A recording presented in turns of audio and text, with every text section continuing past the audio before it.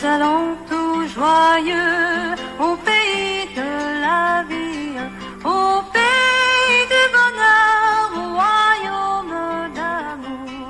Vous qui marchez encore sans Dieu dans la folie, oh dites, voulez-vous y venir dès ce jour? Voulez-vous y venir dès ce jour? Oh, voulez-vous venir à ce Dieu plein d'amour? Parle aux enfants d'Israël et dis-leur, vous ne manquerez pas d'observer mes sabbats, car ce sera entre moi et vous et parmi vos descendants, un signe auquel on connaîtra que je suis l'Éternel qui vous sanctifie. Amen. Nous trouvons ces paroles dans le livre d'Exode, au chapitre 31, le verset 13. Bonjour, bonjour mes amis, comment allez-vous en ce 6e jour de la semaine, jour de préparation du Saint Sabbat de l'Éternel?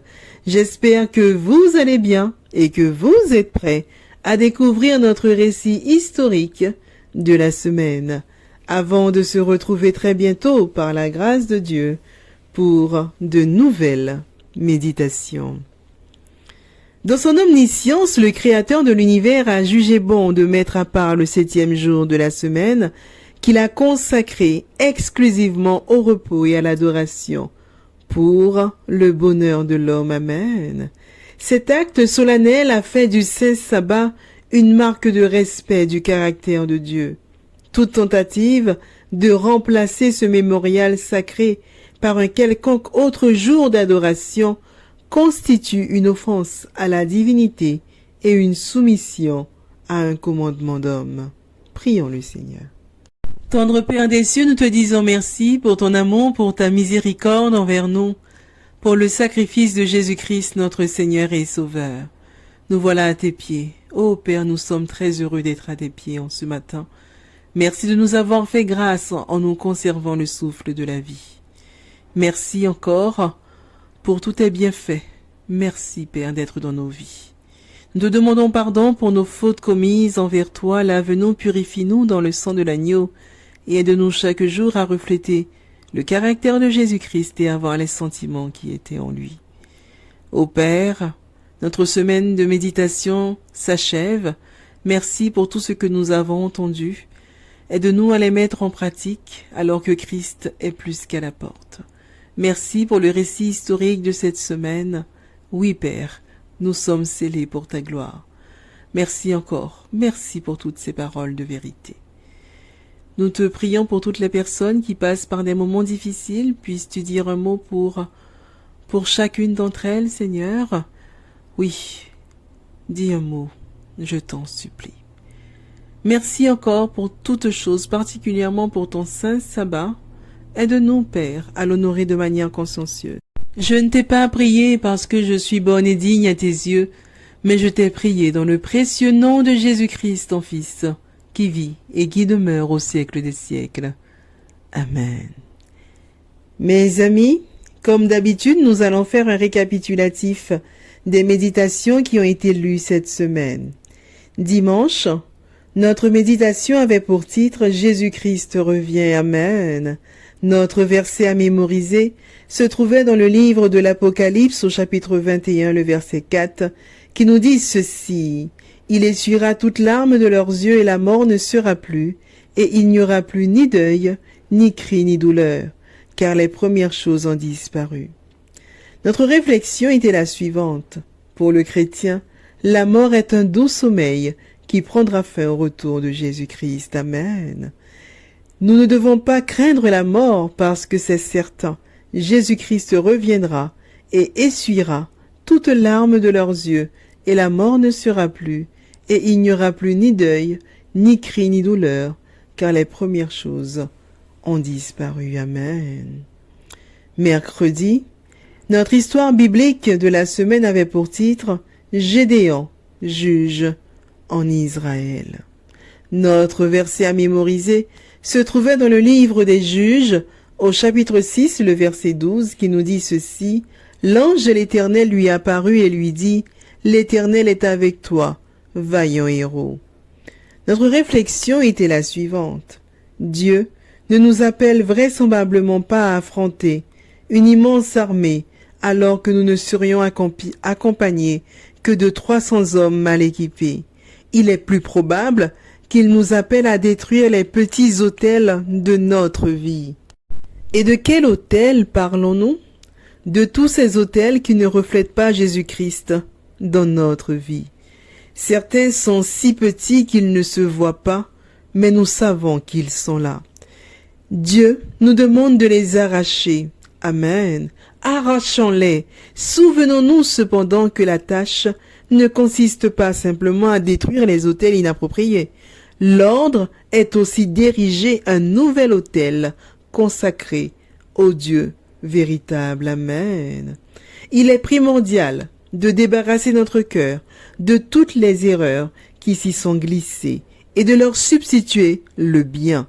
Acquittons-nous des tâches modestes et Dieu nous en confiera de plus grandes. Amen. Notre récit historique de la semaine a pour titre « Je suis scellé pour la gloire ». Amen.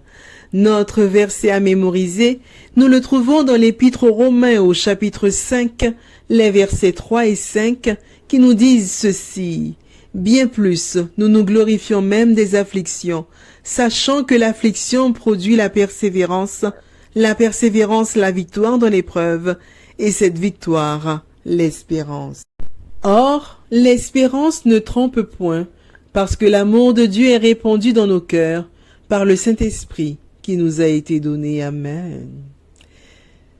Ce matin, je vais vous raconter l'histoire des frères Théodore et Théophile Rivier et du pasteur Canac. Les deux frères, Théodore et Théophile Rivier, qui publièrent les Cantiques du Réveil, eurent l'un et l'autre le don d'exprimer leur message dans des couplets d'une grande simplicité. Vers le ciel, j'entends Jésus ton appel, et mon cœur vers toi s'élance, dans la joyeuse espérance de te voir, Emmanuel. Amen. Ce cantique est la traduction d'un chant qui fut très populaire en Allemagne, dont le titre était « Nostalgie de Jérusalem ». On en a donné une autre version plus fidèle, qui est la suivante. « Laissez-moi, laissez-moi, que j'aille à mon divin roi. Vois, Seigneur, ma soif ardente. Viens répondre à mon attente. Viens, Jésus, me prendre à toi. » Amen. L'original de ce chant a été composé par le pasteur Gustave Canac. Né en 1806, il meurt en 1878. Ce pasteur exerçait à l'église de Bethléem, à Berlin, en Allemagne, prédicateur de réveil et poète, dont l'influence s'étendit bien au-delà des limites de sa paroisse. Son éloquence n'avait cependant rien d'étudié. Il ne brillait ni par la nouveauté, ni par la profondeur de ses idées, mais les cœurs étaient touchés. Il avait le don d'émouvoir l'assemblée. C'était sa particularité. On raconte qu'un paysan avait invité le maire de son village à assister à la prédication du pasteur Canac. « Tu verras s'il ne te fait pas pleurer. »« Moi, pleurer » s'écria le maire, « il n'en est pas question. » Le paysan et le maire se sont placés devant la chaire. Un prédicateur parla avec beaucoup d'onction, puis s'asseya. « Je ne pleure pas, » fit le maire à voix basse. « Attends seulement, » dit le paysan. On chante. Un autre orateur se lève et s'adresse à l'auditoire avec une chaleur communicative. « Je ne pleure pas, » murmure le maire. « Attends encore, » dit le paysan. Enfin, c'est le tour du pasteur Canac. Sa parole est claire et pénétrante. Le maire s'agite et se trouble. Des larmes coulent le long de ses joues. « Tu pleures !» dit alors le paysan, qui pleurait lui-même. « Tais-toi ! Qui peut entendre cet homme sans être ému ?» Les cantiques du pasteur Canac s'entendaient partout. Il les composait pendant ses cours missionnaires. Il arrivait souvent à ses auditeurs de les chanter dans les rues, le soir, au sortir des réunions. Le père de Théophile et Théodore Rivier qui fut préfet de Lausanne en Suisse, avait soutenu les droits de la liberté religieuse au moment où elles étaient farouchement combattues. Pendant des années, son salon accueillit une société d'élite chez qui la préoccupation religieuse primait tout et qui avait rompu avec le théâtre, la danse et les mondanités, considérées comme frivoles et contraires à la piété. On reçut au foyer des Riviers des chrétiens tels que Malane, Bost, Vieux-les-Mines, Elisabeth Free, l'évêque Gobat et même une fois la reine de Madagascar. On peut s'imaginer quelle atmosphère entourait les fils de cette maison et quelle fut la préparation à leur vocation. Théodore Rivier se dépensa dans les Hautes-Alpes, dans la Gironde et à Menton, puis, dès 1861, dans plusieurs églises vaudoises. Théophile Rivier fut aussi pasteur en France avant de l'être à Morgès et dans la ville de Vouluy en Suisse. On a dit des frères Rivier que pour la fidélité à leurs convictions et pour leur dévouement à la cause de l'Évangile, ils étaient de l'or en barre. Théophile Rivier est né en 1832 et meurt en 1887. Il a imité de l'anglais « Viens à Jésus, il t'appelle » et ce cantique bien connu « Je suis scellé pour la gloire » que nous trouvons au numéro 96 du recueil Hymnes et louanges. Amen. Notre récit historique de cette semaine avait pour titre « Je suis scellé pour la gloire ». Notre verset à mémoriser, nous le trouvons dans l'Épître aux Romains au chapitre 5, les versets 3 et 5, qui nous disent ceci. Bien plus, nous nous glorifions même des afflictions, sachant que l'affliction produit la persévérance la victoire dans l'épreuve, et cette victoire l'espérance.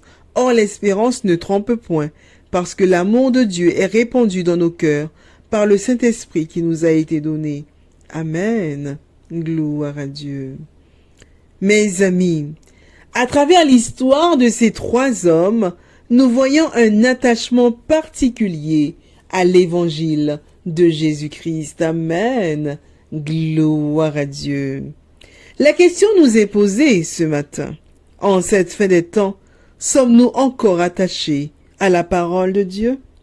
La question nous est posée ce matin, mes amis. En cette fin des temps, sommes-nous encore attachés à la parole de Dieu?